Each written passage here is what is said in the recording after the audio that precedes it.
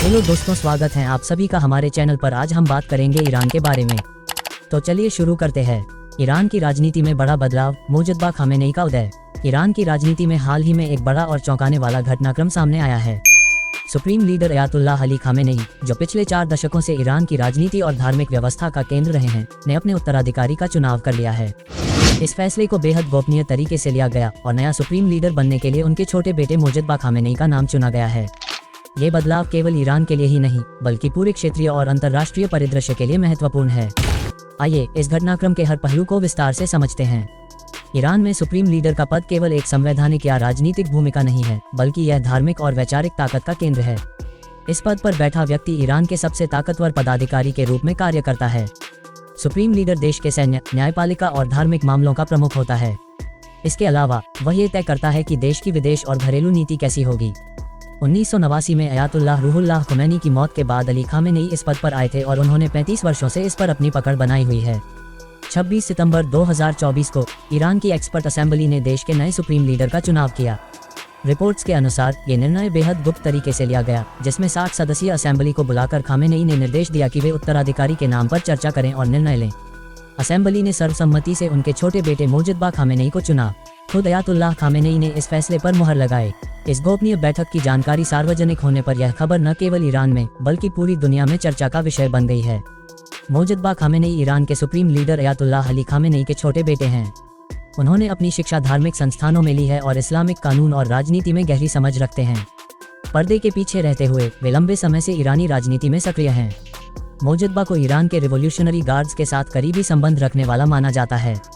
मुजद्दा का नाम हाल ही में विवादों में आया था, जब राष्ट्रपति इब्राहिम रईसी की हेलीकॉप्टर क्रैश में हुई मौत को लेकर साजिश के आरोप लगे। कुछ रिपोर्ट्स में दावा किया गया कि इस घटना के पीछे मुजद्दा का हाथ हो सकता है। हालांकि इस दावे को लेकर कोई ठोस प्रमाण नहीं मिला। उनकी छवि एक शक्तिशाली और महत्वाकांक्षी नेता की है, लेकिन उनके आलोचक उन्हें पारदर्शिता की कमी और सत्ता के लिए लालच रखने वाला व्यक्ति मानते हैं। मुजद्दा खामेनेई को लेकर जनता की राय बनती हुई है। कुछ लोग उन्हें अपने पिता की धार्मिक और राजनीतिक विरासत को आगे ले जाने में सक्षम मानते हैं, तो वहीं कुछ उन्हें अनुभवहीन और विवादास्पद मानते हैं। इस फैसले के पीछे की रणनीति। खामेनेई का कदम क्यों महत्वपूर्ण?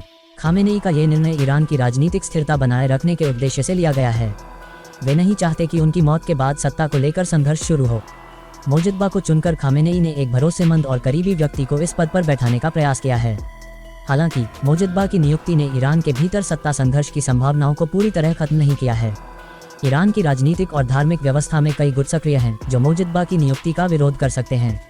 इसके अलावा जनता में भी इस फैसले को लेकर असंतोष पैदा हो सकता है। ईरान का सुप्रीम लीडर केवल देश के लिए नहीं, बल्कि अंतर्राष्ट्रीय स्तर पर भी महत्वपूर्ण है। पश्चिमी देश, खासकर अमेरिका और यूरोपीय संघ, इस नियुक्ति को कड़ी निगरानी से देख रहे हैं। उनके लिए ये समझना जरूरी है कि मुजद्दा खामेनेई की नीतियां कैसी होंगी। क्या वे अपने पिता की तरह कट्टरपंथी रहेंगी या वे सुधारवादी कदम उठाएंगे?